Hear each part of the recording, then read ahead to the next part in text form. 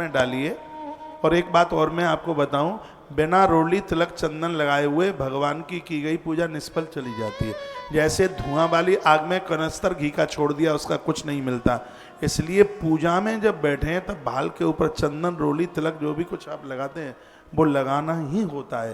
पूजा का महत्व तब ही बढ़ता है, तभी बढ़ता है।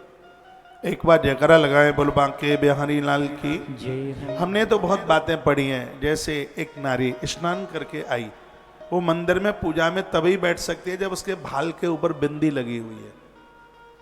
लेकिन आजकल बिंदी माथे पर कम होती है, बास्पेसन के ऊपर की दीवार के ऊपर ज्यादा, टाइल्स के ऊपर चिपकी होती है बिंदी, शीशे के ऊपर लगी हुई होती है, भाल पर बिंदी होती नहीं है।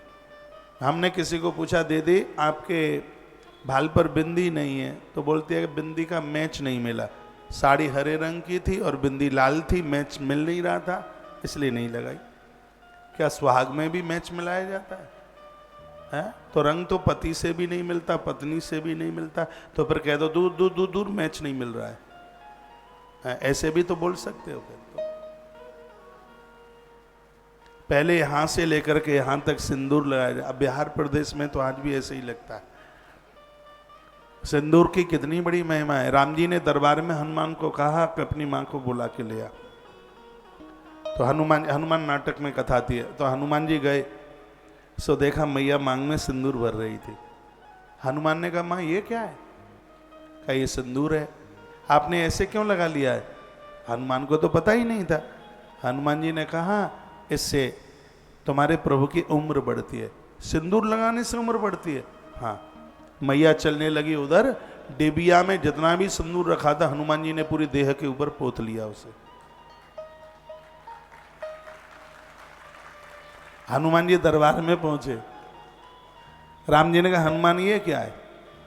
हनुमान ने कहा, माँ ने कहा था, माँ ने एक लकीर सी लगाई तो मैया ने कहा कि इससे उम्र बढ़ती है, तो मैंने पूरे देह में पोत लिया कि भगवान धरती छोड़ के ही न जाए। प्रभु मैंने पूरे शरीर में, राम रो पड़े। और राम जी ने कहा, हनुमान आज मैं यह वरदान देता हूं, और वो वरदान तुझसे जुड़ा हुआ है। एक तो सिंदूर तुझे बहुत प्रिय होगा, और एक दूसरा वरदान यह है, जानकी के इस महात्म्य को कोई सुने नारी और अपने पति के लिए जो भाल में जो सिंदूर लगाएगी, उसकी कदर समझेगी, उसका मान समझेगी, तो उसके सिंदूर के लगाने से उसके पति की उम्र बढ़ेगी, आयु बढ़ेगी। आजकल तो इतना लगा लिया जाता है बगल में कोई देख न ले, हल्का सा लगा लेंगे, इतना सा यूं, इतना सा नहीं। इन सब चीजों को आदर मिलना चाहिए। पूजा में बैठे, भाल पर बिंदी लगा के, उसके ऊपर चंदन लगाइए, त्रिपुंड लगाइए, भस्म लगाइए, करके तो देखें आप, आपको कितना सकून मिलेगा, बहुत संतुष्टि मिलेगी, आपको बहुत अच्छा लगेगा। गले में तुलसी जो कंठी कंठ को छूती है, एक मन का जो गले में पहना जाता है, सूतक पातक में, ऋतुकाल धर्म में भी उसको उतारने की जरूरत नहीं होती। तो 24 घंटे गले में कंठ में पड़ा रहे, सूतक पातक में भी पड़ा रहे, वो कभी अपवित्र नहीं होता। एक मनके का इतना प्रभाव है। और कंठी तो कंठ को चिपटी हुई तुलसी कंठी, यह हो गए। आप त्रिपुंड की महिमा, सर्व तीर्थेषु यत् पुण्यम सर्व तीर्थेषु यत् फलम तत्फलम समाप्नोति भस्म स्नान करो नर। संपूर्ण तीर्थों में स्नान करने से, संपूर्ण तीर्थ यात्रा करने से जितना पुण्य प्राप्त होता है, वो है फल भगवान को भस्म चढ़ाने से और अपने माथे पर भस्म लगाने से उतने फल की प्राप्ति हो जाती है। आज आरंभ में जितनी भी बातें कही गई हैं वो पूरी ध्यान रखना। आज मेरा प्रवचन आधे घंटे से ज्यादा सास ससुर की सेवा पर चल गया। तभी भस्म उद्धार करेगी, तभी त्रिपुंड उद्धार करेगा, तभी कथाएं उद्धार करेंगी। हाँ, नहीं तो एक डिब्बा राख ले आओ पोत करके माथे पर, कल्याण हो जाएगा, नहीं। घर में वृद्धों का ध्यान रखना। और बड़ी अद्भुत बात व्यासपीठ से कही गई। इन पुरुषों को टेंशन मुक्त कर दो। देखो एक बात अभी मैंने बोली थी कि इस भ्रकुटी से लेकर के यहाँ तक त्रिपुंड या भस्म लगाई जाए, यह बात विद्येश्वर संहिता श्री शिव महापुराण अध्याय नंबर 24 के श्लोक नंबर 85 में चर्चा की गई है। भ्रुवोर मध्य समारभ्य यावदंतो भवे ध्रुवो तावत प्रमाणम संधार्य ललाटे च त्रिपुंडकम। ये त्रिपुंड यहाँ से लेकर के यहाँ तक नहीं लगाया जाता, जहाँ ये भ्रुकुटी पूरी होती है यहाँ से लेकर के यहाँ तक लगाया जाता है। जहाँ ये भ्रुकुटी के मध्य में, भ्रुकुटी जहाँ ये काले काले बाल दिखाई देते हैं यहाँ तक भ्रुकुटी है। यहाँ से लेकर के यहाँ तक इसको लगाने का विधान है। महादेव, महेश्वर और शिव ये तीन रेखाएं, ब्रह्मा विष्णु और महादेव त्रिपुंड में, इन तीन रेखाओं की बात कही गई है।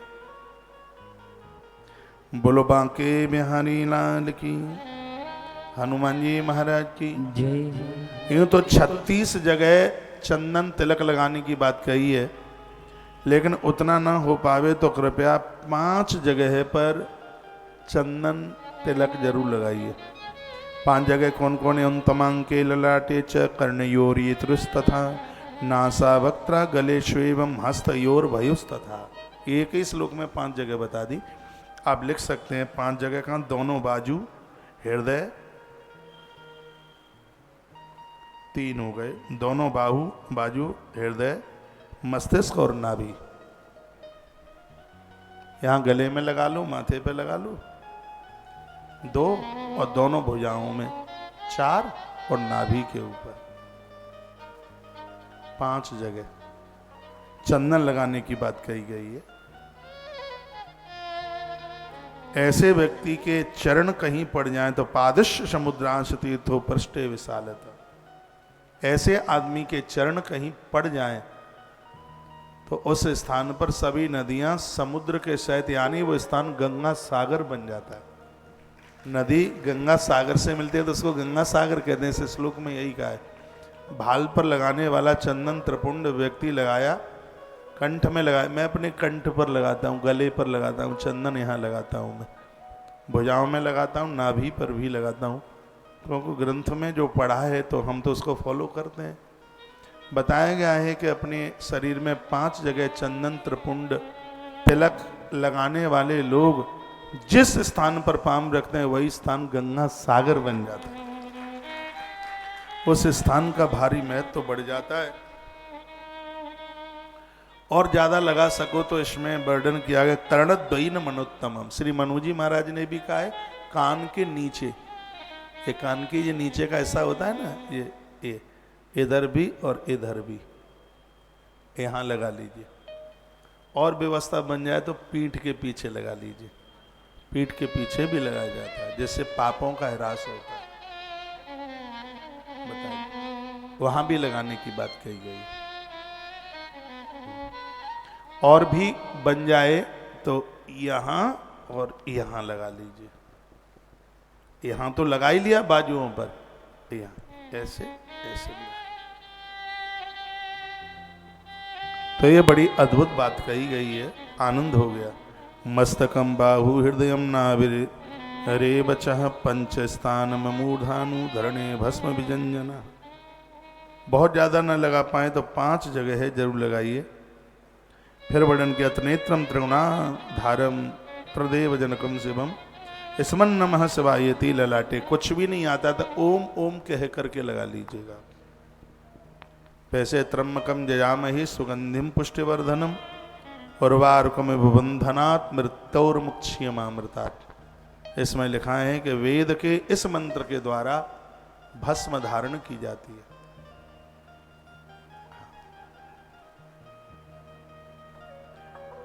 तो बड़ी अद्भुत बातें कही गई। जीवितांते च मरणम सुखे नैव प्रपद्यते।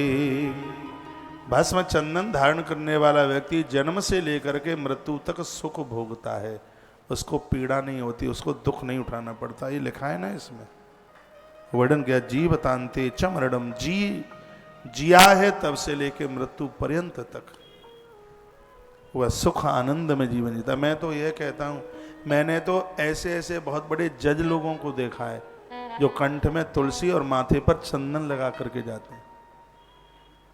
अपने कोट में वो माथे पर चंदन तिलक और कंठ में तुलसी पहनकर, तुलसी पत्र मुख में डाल करके फिर अपने कोर्ट कचहरी हो जाते हैं।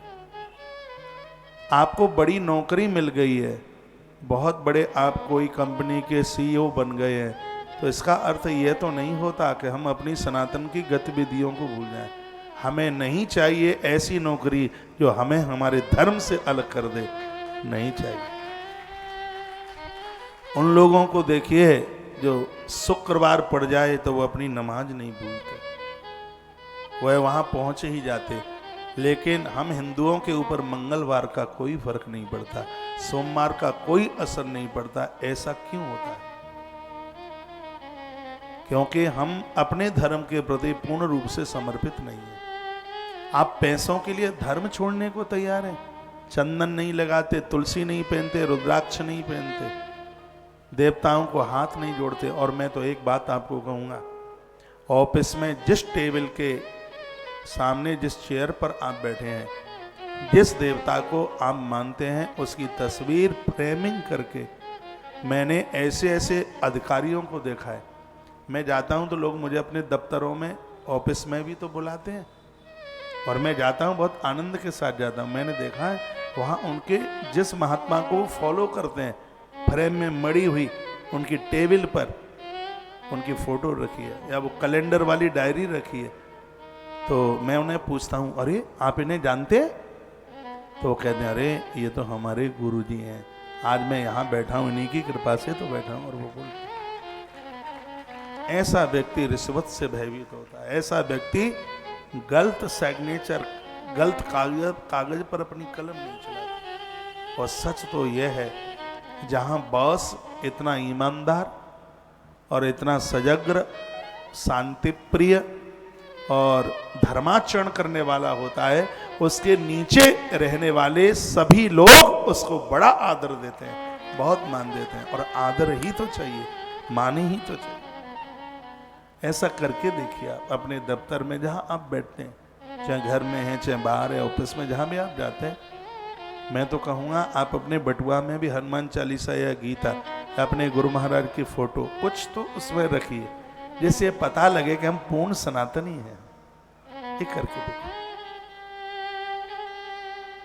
कितना आनंद होगा। माताएं भी 1.5 हाथ का पर्स रखती हैं, उसमें कुछ ऐसा भी रखिए, भगवान की कोई तस्वीर हो उसमें।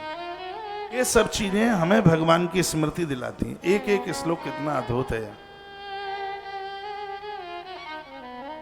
बहुत बढ़िया है।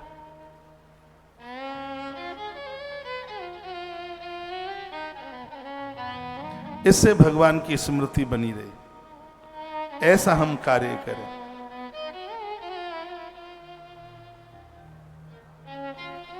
त्रिपुंड और ये भस्म महात्म्य आप कल से सुन रहे हैं।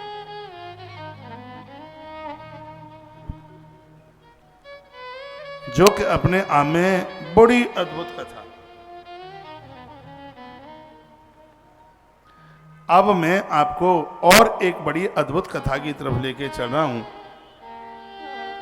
जिसका नाम है बिल्व महात्म्य।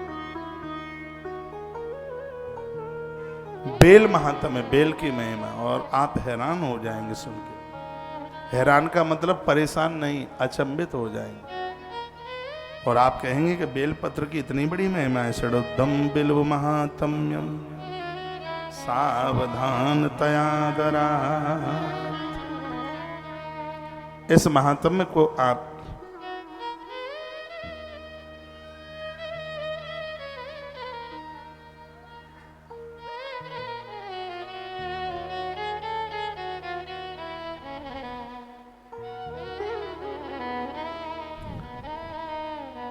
मेरे पास में एक मैसेज आया है, और मैं अपनी बहनों का इतना आदर करता हूं, तालियां बजाइए। इस मैसेज में एक किसी भाई ने मैसेज में लिखा है, जो कार्य मैं 24 वर्ष से नहीं कर पाया, अपनी पत्नी को नहीं समझा पाया कि तू अपने सास ससुर की सेवा कर। महाराज जी, आपके 5 मिनट की कथा सुन करके 5 मिनट में परिवर्तन हुआ। ये बातें ही ऐसी हैं। और मेरी एक बहन नहीं ऐसी, मेरी हजारों भगिनियां होंगी, हजारों, जो अपने सास ससुर को इंसान नहीं, भगवान की तरह देखेंगी और देख रही हैं।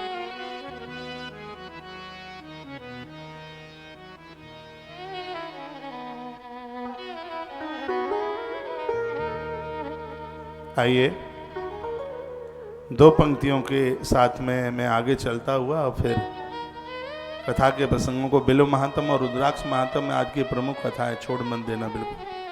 तो जे शंकर कहूं या शंभु या कहूं नांदिया वाला, तेरी रमी विभूति तन पे कांधे पे है, विषधर काला। ओम हरिओम हरिओम हरिओम हरिओम। आइए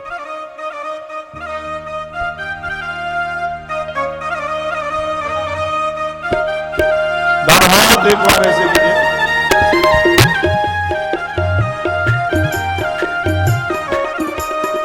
शंकर कहो ये शंभो या कहो नादी वाला, तुझे शंकर कहो या शंभो या कहो नादी वाला, तेरे अमी भभूति तन पे कांधे पे विषधर काला, तेरे रमे भभूति तन पे कांधे पे विषधर काला, तुझे शंकर कहो या शंभो या कहो नादी वाला, तेरी रमे भभूति तन पे कांधे पे विषधर काला।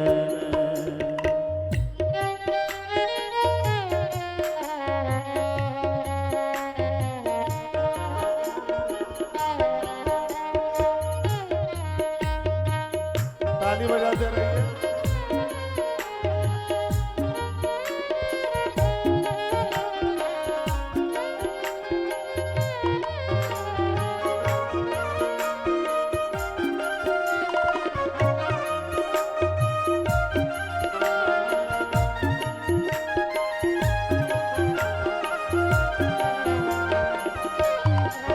गंगाधर नाम तुम्हारा, केशों में गंगा बहती, यो तरण तारणी गंगे, सारे जग के दुखड़े धोती, यो तरण तारणी गंगे, सारे जग के दुखड़े धोती, खुशियों से दामन भरती, जीवन में करे उजाला, तेरे रमे भभूति तन पे कांधे पे विषधर काला, तुझे शंकर कहो या शंभो या कहो नादी वाला, तेरे रमे भभूति तन पे कांधे पे विषधर काला।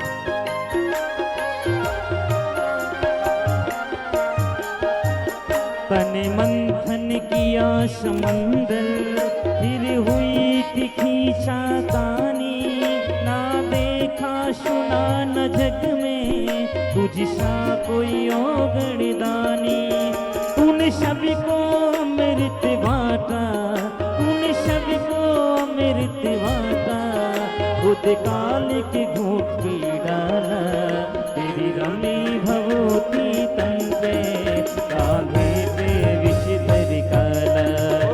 तुझे शंकर कहो या शंभो या कहो ना दिए वाला, तेरी रमी भभूति तन पे कांधे पे विषधर काला।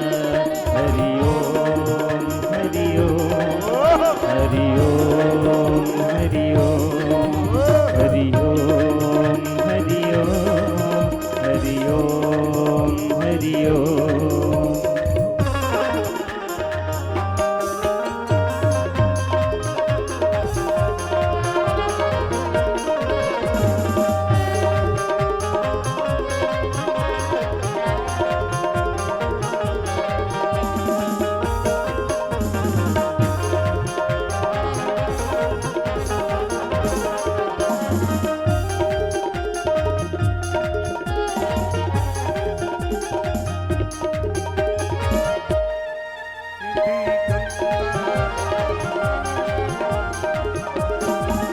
दी गंगा भागीरथ को कट सगर राज के जाने, लंका दे दी रावण को हे भांग धतूरे वाले। तेरे देखे ढंग निराले, तेरे देखे ढंग निराले, यूं कहते डमरू वाला। तेरी रमी भभूति तन पे कांधे पे विषधर काला, तेरी रमी भभूति तन पे कांधे पे विषधर काला। तुझे शंकर कहो या शंभो या कहो ना दिए वाला, तेरी रमी भभूति तन पे कांधे पे विषधर काला।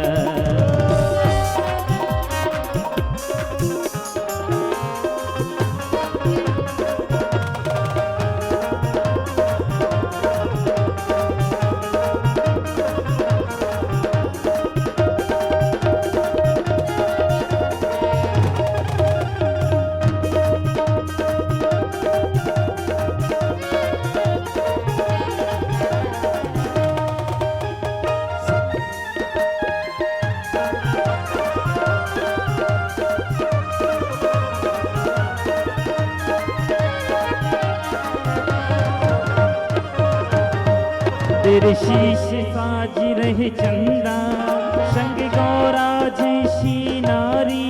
तू रहता मस्त भांग में, कर नंदी की अशुरारी। महादेव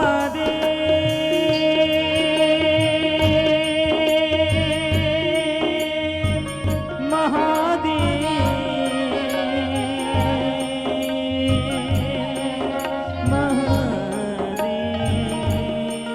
तेरे शीश साज रहे चंदा, रहे संग में गौरा रानी। तू रहता मस्त भांग में, हरे नंदी की अश्वारी। देवों में सबसे पहले, देवों में सबसे पहले, पूजता तेरा गणपति लाला।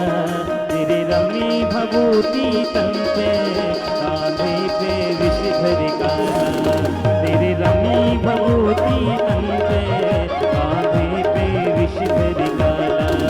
तुझे शंकर कहो या शंभो या कहो ना दिए वाला, तेरे रमी भभूति तन पे कांधे पे विषधर काला, कांधे पे विषधर काला।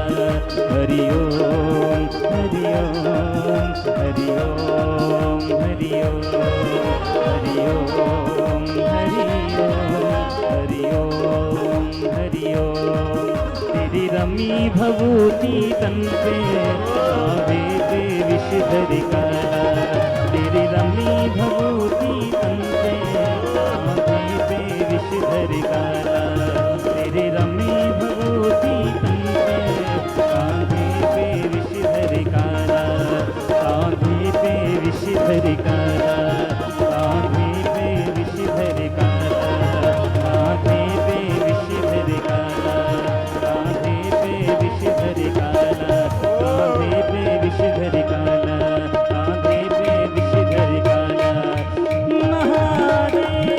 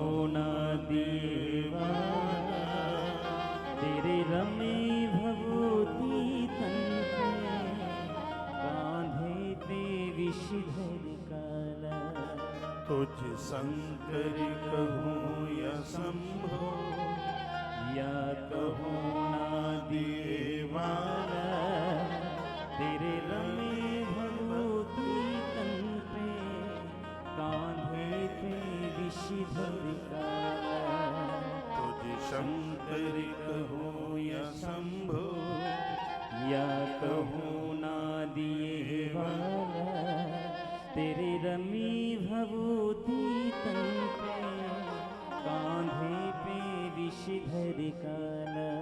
बोलिए भूतनाथ भगवान की, महाकालेश्वरनाथ भगवान की नमः। पार्वती पतये हर हर महादेव। जय जय श्री, जय जय श्री राधेश।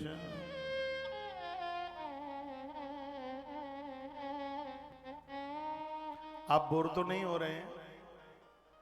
आइए बेल पत्र महात्म्य की तरफ चलते हैं। षडोद्धम बिल्व महातव्यम, सावधान तयादरा।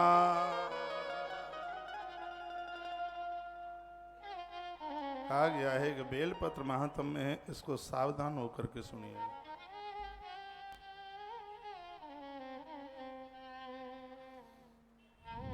महादेव स्वरूपो ये बिल्वो देवीरपे स्वता, यथा कथयञ्च ते देतस्य महिमा ज्ञायते कथम। बेलपत्र की महिमा स्वयं भगवान शंकर भी अपने आप में पूरी नहीं कर सकते। इसकी कुछ विशेष बातें हैं, वो आप लिख सकें तो जरूर लिख लीजिएगा। जो कि बेलपत्र के लिए जो बड़ी आवश्यक बातें कही गई।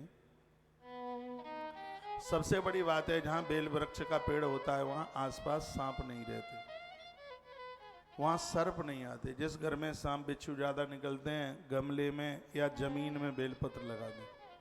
बेलपत्र जमीन में भी लगता है, बाउंड्री के बाहर भी लगता है, बाउंड्री के अंदर भी लगता है। बेल वृक्ष ऐसा पेड़ है जिसके आसपास कभी सर्प नहीं आते। ये बेलपत्र की बहुत बड़ी महिमा है, बहुत बड़ी महानता है। मुर्दा मरघट के लिए जा रहा हो और यदि वो बेल वृक्ष के नीचे से निकल जाए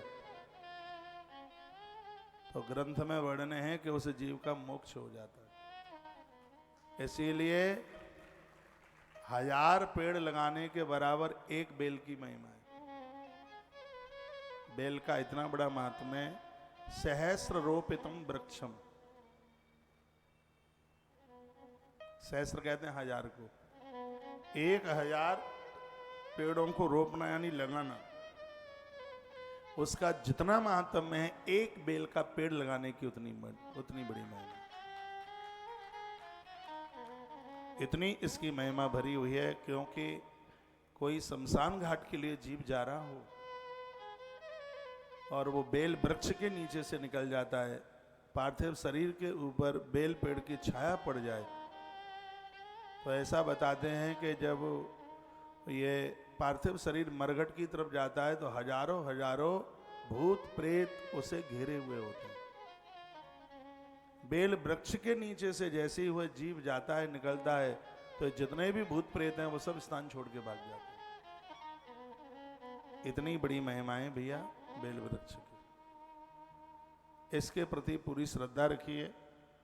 मैं तो इसके बारे में बहुत बातें आपको निवेदन करूंगा, बताऊंगा। बेल वृक्ष के नीचे से यदि कोई पार्थिव शरीर निकल जाता है शमशान घाट के लिए, तो भगवान महादेव उस जीव को मोक्ष दे देते हैं। उसे यमराज के दरवाजे पर नहीं जाना पड़ता। वायुमंडल में जितनी भी गलत हवा है, जिसके द्वारा श्वास की बीमारी हो जाती है, फेफड़े कमजोर हो जाते हैं, उस हवा को ये सोख लेता है। मैं 100 शब्दों का शब्द एक बोल दूं, जो बेल वृक्ष के नीचे बैठता है, जिसके घर में बेल वृक्ष होता है, जिसे बेल वृक्ष की छाया मिलती है, जिसको बेल वृक्ष का स्पर्श मिलता है, उस व्यक्ति को जीवन में कभी श्वास की बीमारी नहीं होती। बेल वृक्ष श्वास बढ़ाता है। वायुमंडल के संपूर्ण जो हवा की अशुद्धता है उसे वो समाप्त कर देता है। दिल्ली जैसी जगह पर बहुत ज़्यादा बेल के पेड़ होने चाहिए, क्योंकि दिल्ली का जो वायुमंडल, जो ऑक्सीजन, जो हवा है, अब तो मुझे पता नहीं, उधर समयपुर बादली जो रोहिणी क्षेत्र में पड़ती है, बहुत समय पहले मैंने काफ़ी कथाएं वहाँ करी, तो सुबह जैसे ही हम नाक छिनकते तो उसमें से कोयला जैसा निकलता। हमने कहा सबकी नाक सफ़ेद निकलती है, हमारी काली क्यों निकलती है? अंदर से वो काली नाक निकले। मैं हंसाने के लिए नहीं बोल रहा हूँ, सही है ये। तो वहाँ वो बोले कि यहाँ पर फैक्ट्रियाँ हैं, उसमें कोयला जलता है, धुआं निकलता है, और ये उसकी वजह से ये ऐसा होता है। पूरे देश में सबसे ज़्यादा गाड़ियाँ दिल्ली में, सबसे ज़्यादा प्रदूषण, सबसे ज़्यादा धूल दिल्ली में है।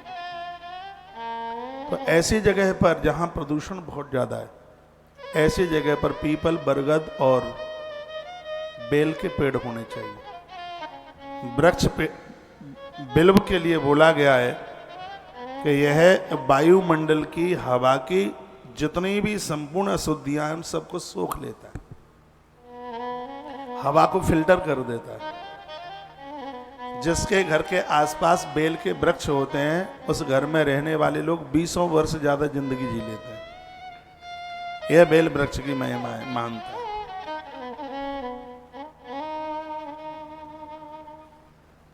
और हम तो इस काम में बड़ी जोर से लग गए हैं। वृंदावन की परिक्रमा मार्ग में बहुत बेल के, पीपल के पेड़ लगाए। आज परिक्रमा करने को मैं कभी निकलता हूँ, टाइम मिलता नहीं है। मैंने 2011 में बहुत पेड़ लगाए, वृक्ष लगाए, 13 में लगाए। जिस साल वो तबाही आई थी उसमें बद्रीनाथ साइड में, केदारनाथ में, उस साल भारी पेड़ लगाया तुलसी वन आश्रम में। आज वो जवान हो गए हैं वो पेड़। कभी कभी तो मैं परिक्रमा में निकलता हूँ, एक राघव आश्रम के सामने एक पेड़ है पीपल का, मेरे हाथों का लगाया हुआ है। श्याम कुटी से थोड़ा चल के मेरे हाथों का लगाया हुआ है, उसको मैंने अपने हाथों, आज जवान हो गया है। चाहे मैं बंदरों के लिए कुछ डालने के लिए निकलूं, चाहे वैसे कहीं से परिक्रमा करता हुआ आऊं, तो एक बार उस पेड़ को मैं लिपटता जरूर हूं। वो मुझे अपना लगता है। महाभारत के वन पर्व में बड़ा अच्छा वर्णन है। बच्चे आपको धोखा दे सकते हैं, लेकिन यदि आपने वृक्ष लगाए हैं तो ये पेड़ गयाजी में जाकर आपके लिए पिंडदान करने के लिए जाते हैं वृक्ष। इसलिए एक पेड़ लगाना 10 पुत्रों के लालन पालन के बराबर। पितामह भीष्म युधिष्ठिर को बोले थे, एक पेड़ 10 पुत्रों के बराबर, और एक वृक्ष की हत्या करना 100 लोगों के प्राण लेने के बराबर। इसलिए पेड़ों को अंधाधुंध काटिए मत। इस जगत को बचाने के लिए घर में जितने लोग हैं कम से कम हर वर्ष उतने पेड़ लगाइए, वृक्ष लगाइए। ये पेड़ नहीं होंगे तो ये बीमारियां बढ़ती जाएंगी। कोरोना जैसी भयंकर बीमारियां इस बात का ही तो प्रतीक है। अंधाधुंध पेड़ काटे तो जा रहे हैं, लेकिन पेड़ लगाए नहीं जा रहे। वृक्षारोपण, इस बात को भूलना मत। 1000 पेड़ के बराबर एक बेल का पेड़ है। यदि कहीं 4 पत्ती वाला, 5 पत्ती वाला, 6 पत्ती वाला, 7 पत्ती वाला, 11 पत्ती तक तो मैंने दर्शन किए हैं बेलपत्र के। यदि कहीं ऐसा आपको बेलपत्र मिल जाता है, उसको भगवान शंकर के ऊपर अर्पण करने से करोड़ गुना नहीं, अनंत गुना फल प्राप्त हो जाता। अनंत गुना, सब पुराण में वर्णन। 4 पत्ती वाला, ये विद्या प्राप्ति के लिए वरदान है, क्यों? ब्रह्मा का रूप है, 4 मुंह वाले ब्रह्मा। 4, 5, 6, 7, 8, 9, 10, 11 पत्ती, और इससे भी ऊपर हो सकता है। अब मैंने नहीं देखा तो इसका मतलब ये थोड़ी है कि नहीं है, इसके ऊपर भी होता है। बृहद धर्म पुराण में वर्णन है कि बेल के 21 नाम हैं, तो 21 पत्तियों तक होता है बेलपत्र। जैसे रुद्राक्ष 14 मुखी तक होता है, ये 21 पत्तों तक होता है। और ऐसा पत्ता बेलपत्र यदि कहीं भगवान के ऊपर चढ़ जाए किसी के हाथ से, तो वर्णन है कि अनंत गुना, करोड़ गुना नहीं, अनंत गुना आराधना का, साधना का फल प्राप्त हो जाता है।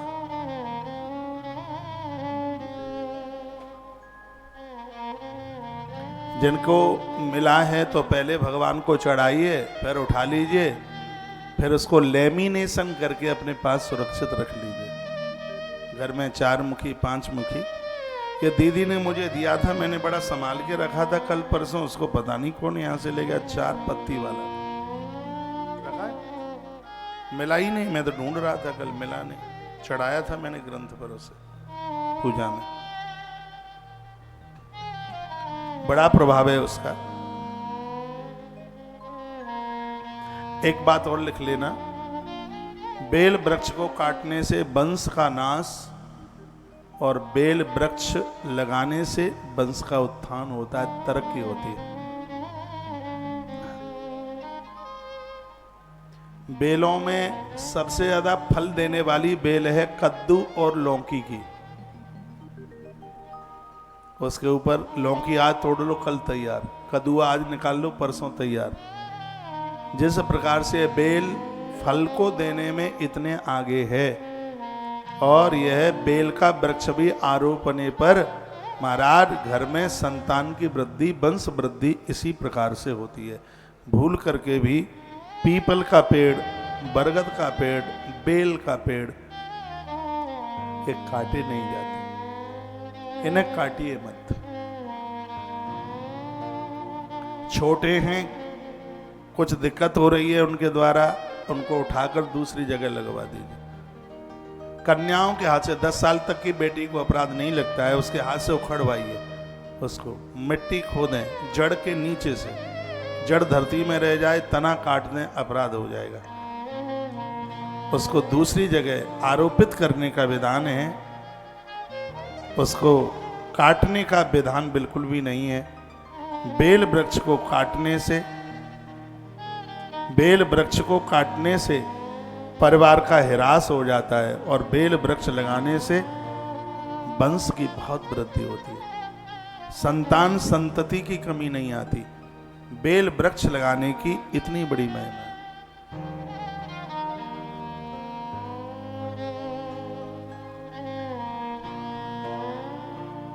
और अगली बात कही है कि सुबह ही सुबह बेल वृक्ष का दर्शन करने से महापातक नष्ट हो जाता है। भ्रूण हत्या, गर्भ में बच्चों को मर जाना नारी के लिए बहुत बड़ा अपराध है, लेकिन इतना बड़ा अपराध भी बेल पत्र का, बेल वृक्ष का दर्शन करने से समाप्त हो। ताली मत बजाना, कितनी भी मजबूत बात हो। इतनी बड़ी इसकी भैया महिमा का वर्णन किया। बेल वृक्ष के प्रति अपनी पूरी श्रद्धा रखिए।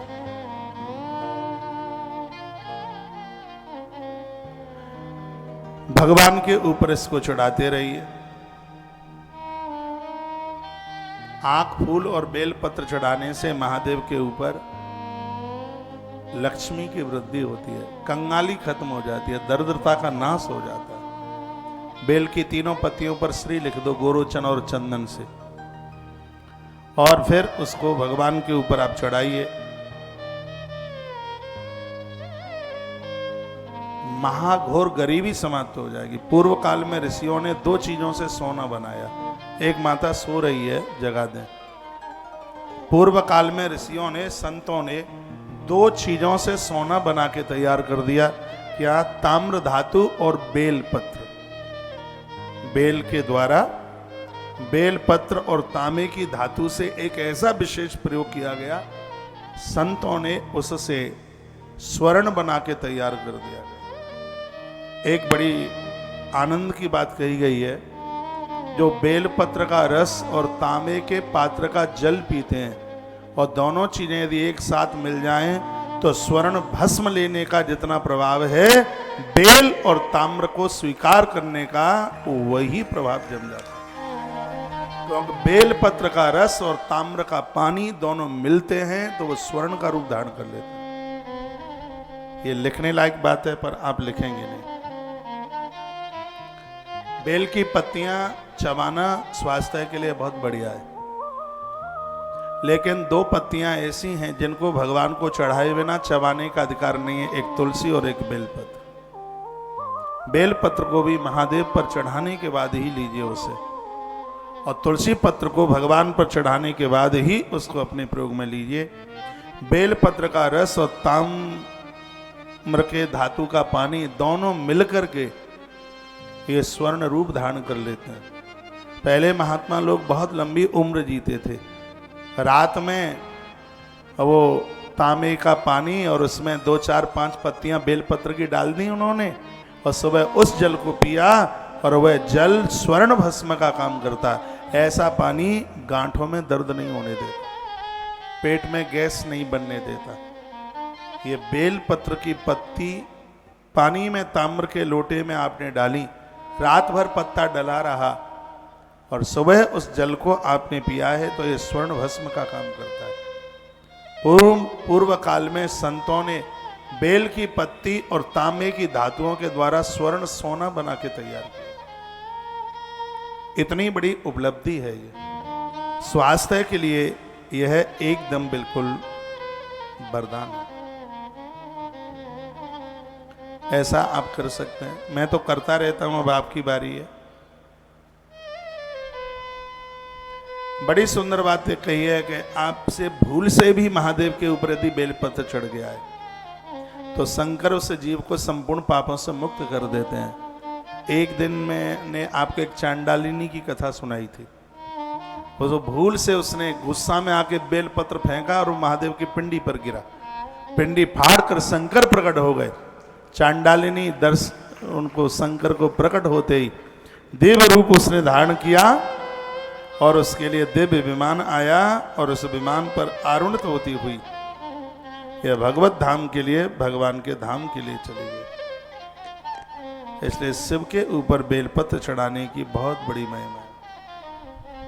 जो भी कोई बेल वृक्ष का रोपण करते हैं उनका पोषण करते हैं, गाय भैंस पशु पंक्षियों से उसको बचाते हैं, उसको कहते हैं संरक्षण। तो ये समझ लो कि महादेव से साक्षात करने का उन्हें 100% लाभ प्राप्त होगा। जो बेल वृक्ष की रखवाली करते हैं, पेड़ को लगाते हैं, उसमें जल सींचते हैं, ग्रंथ कहता है एक न एक दिन महादेव उनके सामने ऐसे आके खड़ा हो जाता है जैसे पुत्र के सामने पिता आके खड़ा हो जाता है। इतनी बड़ी महिमा इसकी है। इसलिए बहुत आग्रह पूर्वक निवेदन है, वृक्षों को काटिए मत, मत काटना इसको बचाइए। ये संपूर्ण धरती को जीवन देने वाला है। वेल की इतनी बड़ी महिमा है, और इस शंकर के ऊपर चढ़ करके इसकी और महिमा जाकर के बढ़ जाती है। तो यह महात्म बेल वृक्ष का आप सुन रहे हैं, वर्णन किया गया है, कहा गया है कि बिल्व मूले जलेरियस्तु मूर्धा नाम विसंचति ससर्वती तृष्णा तस्यासेव भुवि पावन। जो भूल से भी एक लोटा जल बेल की जड़ों में चढ़ा देते हैं, संपूर्ण तीर्थों में डुबकी लगाने का फल तत्काल प्राप्त हो जाता है। माइक खोलो भाई। ये बात फिर मैं कहना चाहूँगा, बिल्व मूले जलेरियस्तु, जो बेल की जड़ों में अभिविशति जल छिड़क देते हैं, चढ़ा देते हैं, सर्वतीर्थ स्नात, उन्हें संपूर्ण तीर्थों में स्नान करने का फल तत्काल प्राप्त हो जाता है। हम बड़े बड़भागी भाग्यशाली हैं। आश्रम के ट्रैक्टर सुबह से लेके शाम तक टंकियों को भरना, पेड़ों में पानी लगाना, ये सौभाग्य आश्रम को आज मिल रहा है। आश्रम ने पिछले साल भी एक ट्रक मंगाया था पेड़ों का, बेल के बहुत पेड़ लगाए गए। अब के बार भी इस वर्ष में काफी जमीन खरीदी गई है, और यह व्यवस्था की जाएगी। कल हरियाली तीज है, कल आश्रम में वृक्षारोपण आरंभ हो रहा है। वो कल हरियाली अमावस है और अमावस्या को पेड़ लगाना बहुत शुभ बताया गया है, तो कल उसका पूजन हो रहा है। वृक्षों का पूजन कल से शुरुआत की जा रही है। पूरा ये 3-4 महीना और बड़ी जोर से वृक्षों के ऊपर ध्यान दिया जा रहा है। पूरे साल भर पेड़ों के लिए आप बहुत सहयोग करने के लिए आप कहते हैं महाराज जी पेड़ों के लिए, 3 पेड़ों के लिए, 5 पेड़ों के लिए। मैं कहता हूं पहले टाइम आने दो, जब पेड़ लगाए जाएंगे तब हम आपको बोल देंगे। तो भगवत कृपा से अब कल पेड़ वृक्ष, मैं आज एक आध जगह निकलूंगा यहाँ, यदि कोई यहाँ तैयार हो जाएंगे आश्रम मठ मंदिर वाले तो हम उनको पूछ लेंगे, तो 1500 पेड़ हम उज्जैन में भी लगा के चले जाएं। सिर्फ गाड़ने से कुछ होता नहीं है, बाद में वो पलने चाहिए। 3-4 साल में पेड़ तैयार होता है। बच्चों से ज्यादा केयर इसकी करनी पड़ती है। और यदि जिसको इस बात का शौक है, जिसकी धमनियों में है वृक्षों के प्रति, तो आप समझ लीजिए कि वो धरती पर तो साक्षात भगवत रूप है, वो भगवान के रूप में। पेड़ों के प्रति पूरी श्रद्धा रखिए। वृक्ष हैं, पीपल हैं, बरगद है, आम है। यह पेड़, नीम का पेड़ भी बहुत ज्यादा शुभ है। ऐसे पेड़ लगने चाहिए। एक बार जयकारा लगाइए, बोलो भक्त वत्सल भगवान की जय। सर्वती तृष्णातः स्यास एव भुवि पावन। वो आदमी पवित्र हो जाता है जिसने बेल की जड़ों में पानी दिया है। बिल्व मूले जले रियस्तु मूलानार्मम विशंचति। नियम बना लो, 1 लोटा पानी जैसे आप सूर्य नारायण को देते हो, गैया का कच्चा दूध डालकर उस लोटे में 1 लोटा पानी आप बेल वृक्ष में डालिएगा, आपको संपूर्ण तीर्थ करने का फल प्राप्त हो जाएगा। एतस्य बिलमूल स्यात् लवालभमनुत्तमं जलाकुलं महादेवो दृष्टां तुष्टो भवत्लियम्। स्वयं भगवान महादेव के, भगवान शंकर के ये अद्भुत शब्द हैं। एतत् बिल्वमूलस्यः, जो बेल की मूल में, जड़ों में जो मिट्टी लगाते हैं, मिट्टी, उसको मिट्टी रखते हैं जिससे पेड़ सुरक्षित रहता है। ऐसे लोगों को भूमि दान करने का फल प्राप्त हो जाता है। बेल की जड़ों में पेड़ लगाते समय जब उसमें जो आप मिट्टी रखते हैं ना, उसको मिट्टी में आप उसे दबाते हैं, उससे भूमि दान करने का फल प्राप्त हो जाता है। कितनी बड़ी बात है। तो इसके प्रति अपनी बहुत श्रद्धा रखिए, पूरी श्रद्धा रखिए। महादेव अति प्रसन्न होते हैं। जो मनुष्य बेल की जड़ में गंध, अक्षत, फूल आदि से उसका पूजन करता है, ऐसा व्यक्ति 100% शिवलोक की प्राप्ति करता है। वर्णन है इसमें यह भी, पूजेद बिल्वमूलम यो गंध पुष्पादिभिर्नर। फूल से, गंध, रोली से पूजा करता है वह, तो शिवलोकम आपनोति। इसमें कोई संशय नहीं है, उसको शिवलोक की ही प्राप्ति होती है।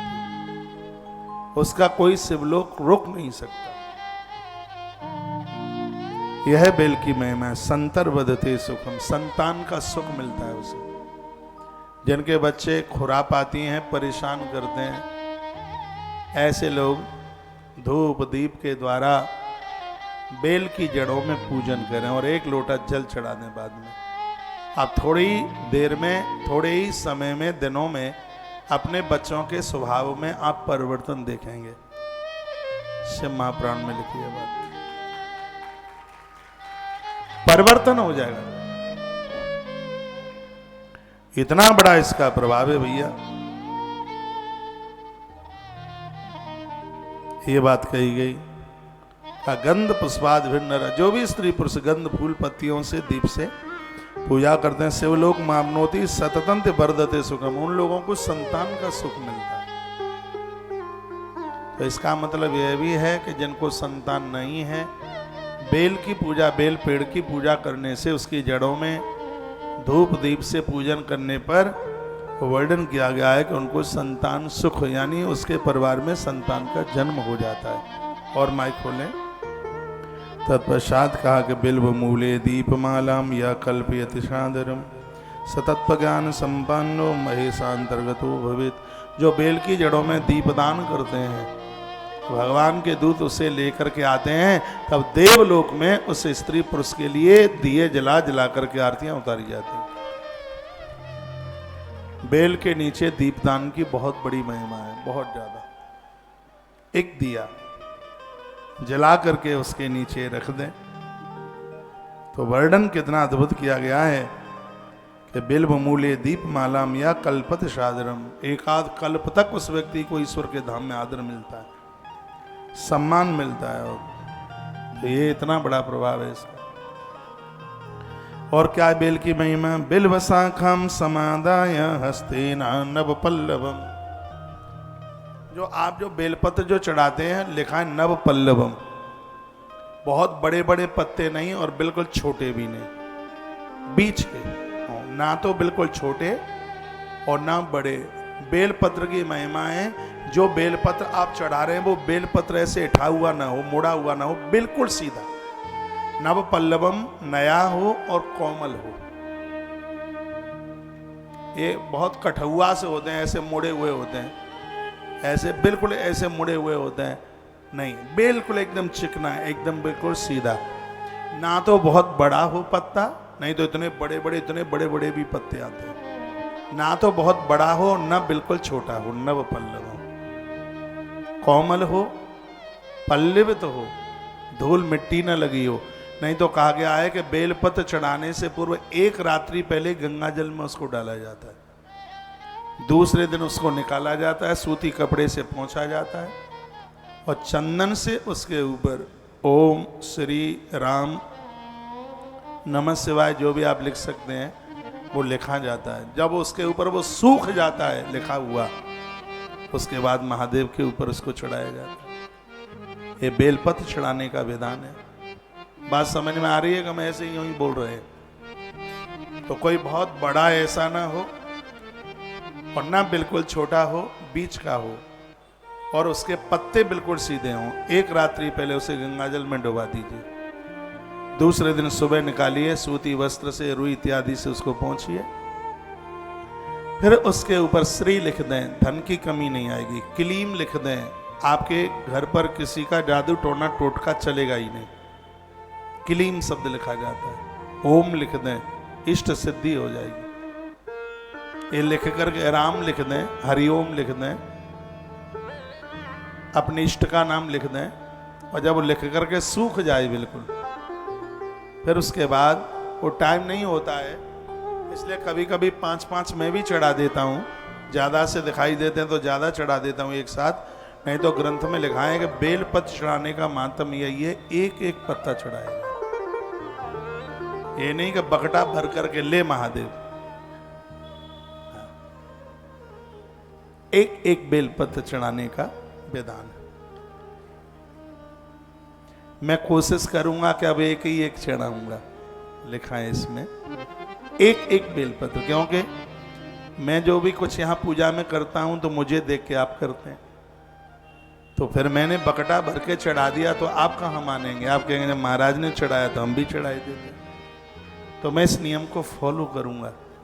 इसमें वर्णन है कि बेलपत्र एक एक चुन करके भगवान को ओम नमः शिवाय कह करके, या 21 नाम भगवान महादेव के लेकर के, और वह चढ़ाया जाए तो बड़ा प्रभाव है उसका अपने आप में। बोलो भक्त वत्सल भगवान की जय, श्री हनुमान जी महाराज की जय।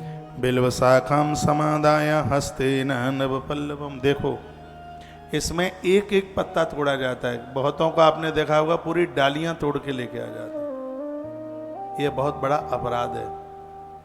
बेल की डाली ना तोड़ी जाए, एक एक पत्ते का उसमें चुनाव होता है। और अपने हाथ का टूटा और अपने हाथ का लिखा और अपने हाथ का ही चढ़ाया हुआ बेलपत्र अति प्रभावशाली होता है। उसका चुनाव चुनिंदा अपने हाथों से किया गया। वर्णन है हस्ते न, अपने हाथ से उसने उसका आपने चयन किया। गृहीत्वा पूजयेद बिल्वम, जिस घर में बेलपत्र भगवान को चढ़ाया जाता है सब पाप ही प्रमुच्यते, उस घर के संपूर्ण पाप जल जाते हैं, उस घर के संपूर्ण दोष समाप्त हो जाते हैं।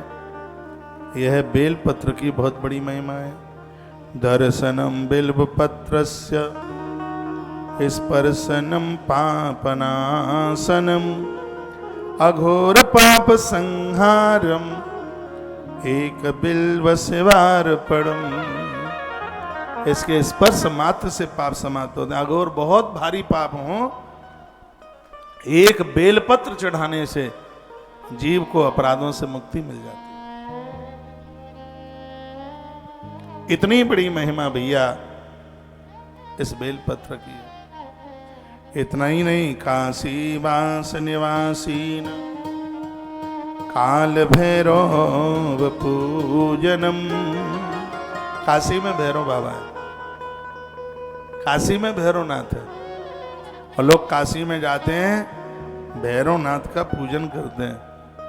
तो वर्णन क्या है, जो काशी में वास करता है, इसका अर्थ क्या है, जो जिंदगी भर काशी में वास करता है और वहाँ भैरवनाथ का दर्शन करता है, उससे जितना फल प्राप्त होता है, 1 करोड़ बेटियों का कन्यादान करने से जो फल प्राप्त होता है, कोटि कन्या महादानम, वही फल श्रद्धा से एक बेलपत्र महादेव के ऊपर चढ़ा दिया जाए तो उतना फल प्राप्त हो जाता है। ऐसा बताते हैं, महादेव की पिंडी पर जहां बेलपत्र चढ़ता है वो स्थान काशी हो जाता है। जहां पर बेल के बगीचे हैं वो स्थान काशी हो जाता है, अपने आप हो जाता है, ऑटोमेटिक। उस भूमि को आप काशी की माटी समझिए, जहां बेल का बगीचा है और उसके सानिध्य में यदि किसी की मौत हो गई, किसी के प्राण निकल गए, तो उसको वही मुक्ति मिलती है जो काशी में मरने पर मौत मिलती है, मुक्ति मिलती है। यह है बेल की इतनी बड़ी महिमा है। मैं फिर कहूंगा, बेल वृक्ष काटे नहीं, ज्यादा से ज्यादा उसे लगाएं, उसे उजड़ने न दें। झूठे मुंह से आंवला, समी, बेलपत्र और तुलसी, इनको झूठे मुंह से पत्तियां तोड़ी नहीं जाती हैं। इनकी शुद्ध नहा धो करके ही इनके पत्तों का चयन होता है। तो गृहीत्वा पूजयेद बिल्वम बिल्वम सच पापी प्रमुच्यते। डिब्बा काय के लिए रखा है भाई? हाँ, चलता नहीं।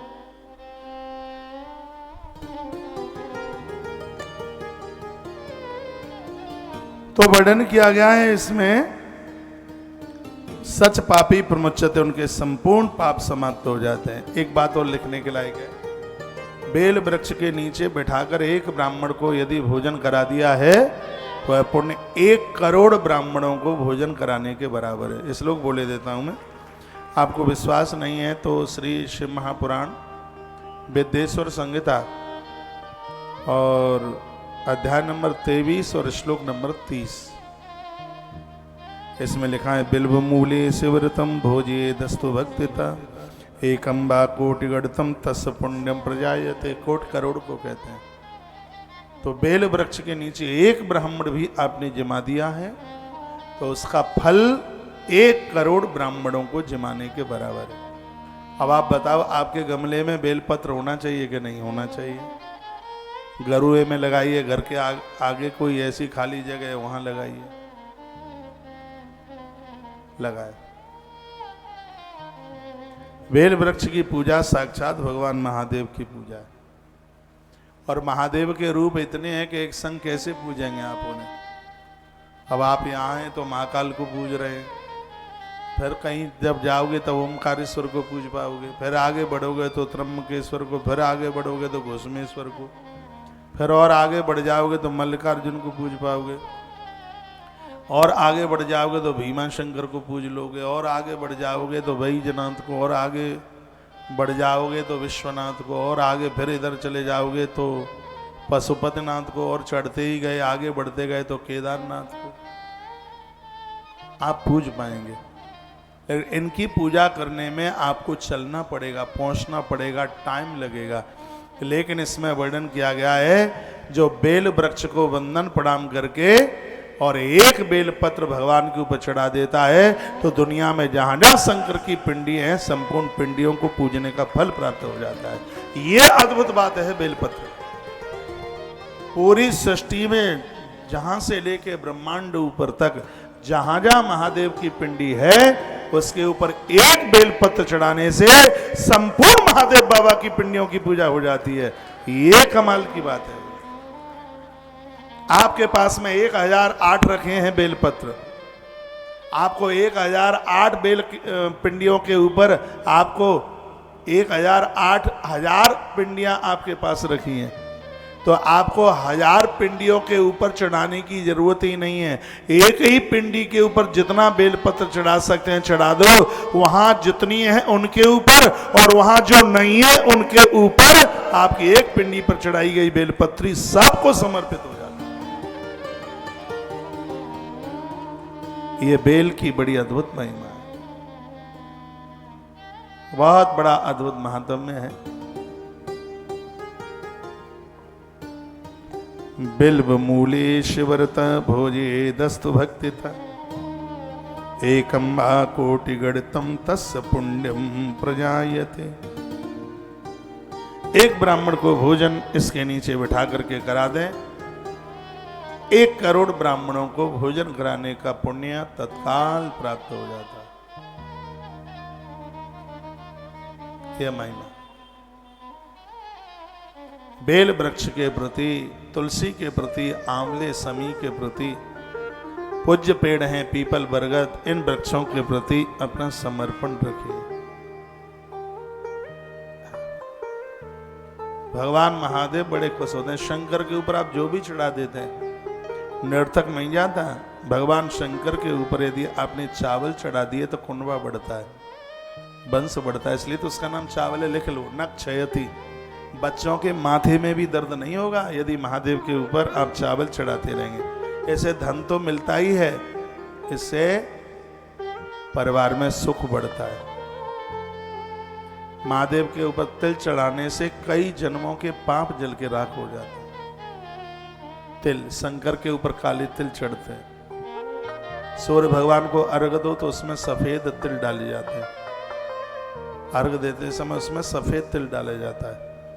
खाने में सफेद तिल और पूजा में काला तिल धरती का वरदान है।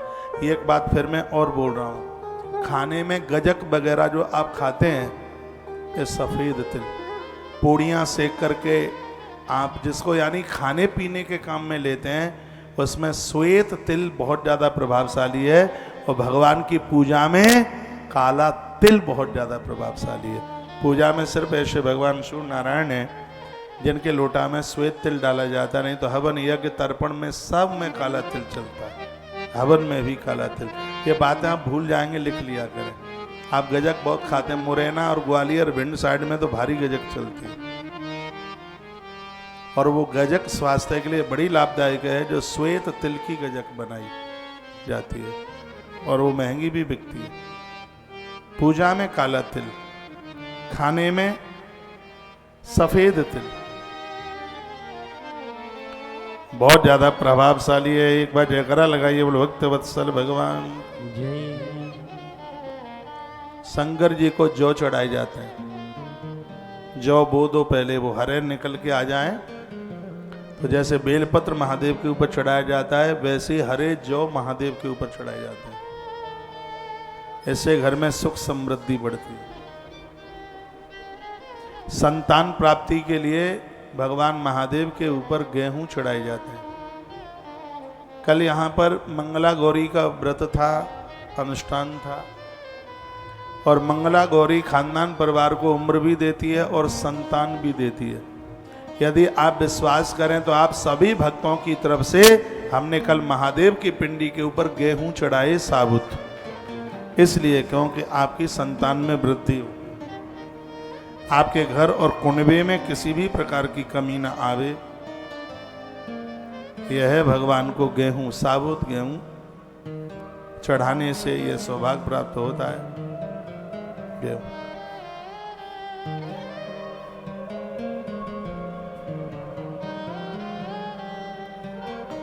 भगवान शंकर को जल की धारा चढ़ाने से व्यक्ति को संतान की प्राप्ति होती है, इसमें कोई संशय नहीं है। पति और पत्नी दोनों को संतान नहीं हो रही है, सुनो मेरी बात सुन लो, काम में आएगी, फायदे में। और मेडिकल जांच में यह कह दिया हो कि स्त्री संतान को जन्म देने के लायक नहीं है या पुरुष जन्म देने के लायक नहीं है, तो वर्णन किया है कि गौ माता के शुद्ध देसी घी से अभिषेक करने पर उस पति और पत्नी के वो रोग समाप्त हो जाते हैं जिनकी वजह से उन्हें संतान नहीं हो पा रही है, और परमात्मा महादेव उस घर की वंश वृद्धि को आगे बढ़ा देता है। ये घी से भगवान शंकर का रुद्रा अभिषेक करने का इतना बड़ा महत्व है, वंश वृद्धि के लिए बड़ा अद्भुत है। ग्रंथ के द्वारा जिनके बच्चे पढ़ने में बहुत ज्यादा कमजोर हैं, कल हम करेंगे काम। मीठे दूध से भगवान शिव का अभिषेक करके मेमोरी ताकत बढ़ जाती है, मस्तिष्क ज्ञान बढ़ जाता है। इतना बड़ा प्रभाव मीठे दूध से। कच्चा दूध, गर्म दूध देवताओं के ऊपर नहीं डाला जाता। यह चीजें बड़ी अद्भुत है। जितना शिव पुराण और लिंग पुराण में इसका वर्णन है वो दूसरी जगह कहीं और तीसरी जगह मिलता नहीं। तो मैं आपको महिमा बेल की सुना रहा हूं। बिल्व मूले शिवरतम भोजे दस्तु भक्तिता एकम बा कोटि गुणतम तस्य पुण्य प्रजायते। बेल वृक्ष के नीचे एक ब्राह्मण को आपने भोजन करा दिया है तो उसका फल 1 करोड़ ब्राह्मणों को भोजन कराने के बराबर है। अपने अपने घर में गमलों में बेल पेड़ लगाइए।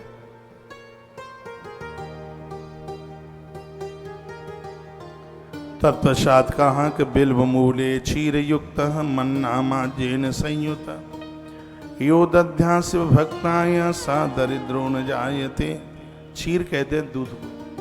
जो बेल की जड़ों में गौ माता का कच्चा दूध चढ़ाता है, जो बेल की जड़ों में गौ माता का कच्चा दूध चढ़ाता है, सा दरिद्रो न जायते, उसके घर में कभी गरीबी नहीं आ सकती, दरिद्रता नहीं आ सकती, उसको धन आने के पूरे साधन खुल जाते हैं। आप में बहुत लोग कहते हैं महाराज जी हम सहयोग दान पुण्य करना चाहते हैं लेकिन क्या करें, घर में पैसा नहीं है। सावन का महीना चल रहा है, सुबह ही सुबह एक लोटे में जल भरो, तिल डाल लो, उसमें एक फूल डाल लो, गौ माता का कच्चा दूध डालो और उसको बेल वृक्ष की जड़ों में अपने घर से महादेव की पिंडी ले जाओ, पिंडी जड़ों में रखो और फिर उसके ऊपर से जल डालो तो घोर गरीबी का नाश हो जाएगा। सा दरिद्रो न जायते, जीवन में कभी गरीबी लौट करके नहीं आएगी। इतना बड़ा प्रभाव है शंकर की जड़ों में दूध युक्त जल सिंचने का। और वहां शिव की पिंडी रखी हो तो फिर तो बात ही क्या। महादेव इतने प्रसन्न हो जाते हैं, बेल वृक्ष के नीचे यदि शिव की पिंडी की स्थापना की जाए अति प्रसन्न हो जाते हैं। शंकर तो कहते हैं वो मेरे लिए कार्तिकेय और गणेश की तरह प्रिय हो जाते हैं जो बेल वृक्ष के नीचे मेरी स्थापना करते हैं।